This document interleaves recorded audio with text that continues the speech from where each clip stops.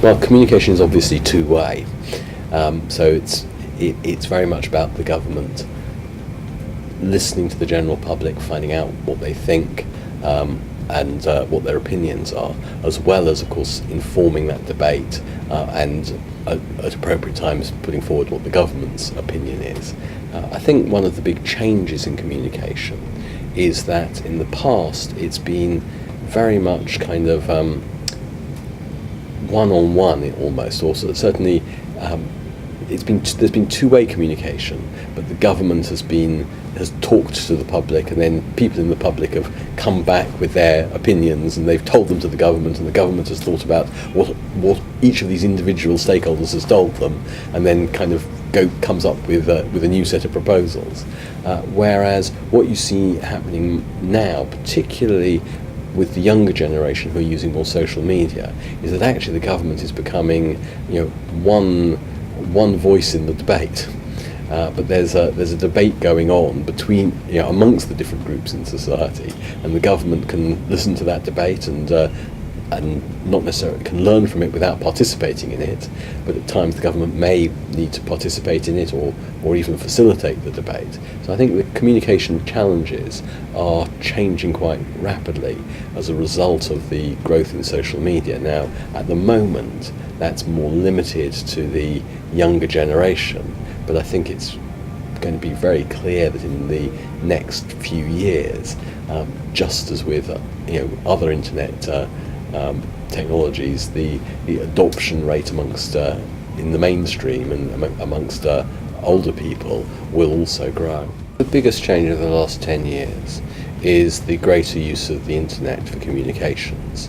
So, even 10 years ago, of course, we were accepting, we were inviting people to send us emails with their ideas, and we were using websites to disseminate information and put consultation papers on and so forth.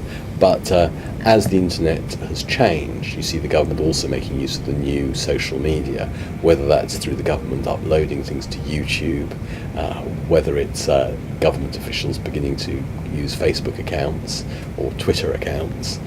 All that changes, and I think that's still at the very early stages to work out what is the most effective way of using social media to engage the public, and in particular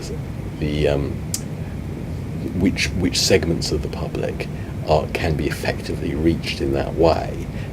At the moment, it's mainly younger people who can be effectively reached in that way, though I have to say in my own experience, IT professionals are also quite keen to be, they tend to be early adopters of these technologies. So for my own stakeholders, I've found social media to be quite a useful communications medium. But as government gets better at or more experienced at using that medium, and as the penetration rates grow amongst older segments of the community, then I think we'll find that becoming more and more of a mainstream and central way of communicating. Whereas at the moment, it's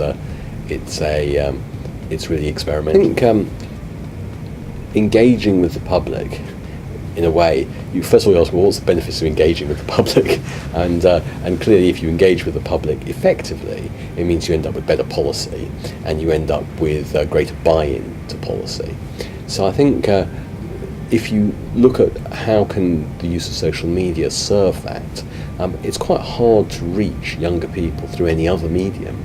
So if you want to engage them, you're unlikely to be successful by taking advertisements in newspapers or having public service announcements on television, because your audience is not consuming that medium. So in order to engage with young people, you need to make some sort of use of social media.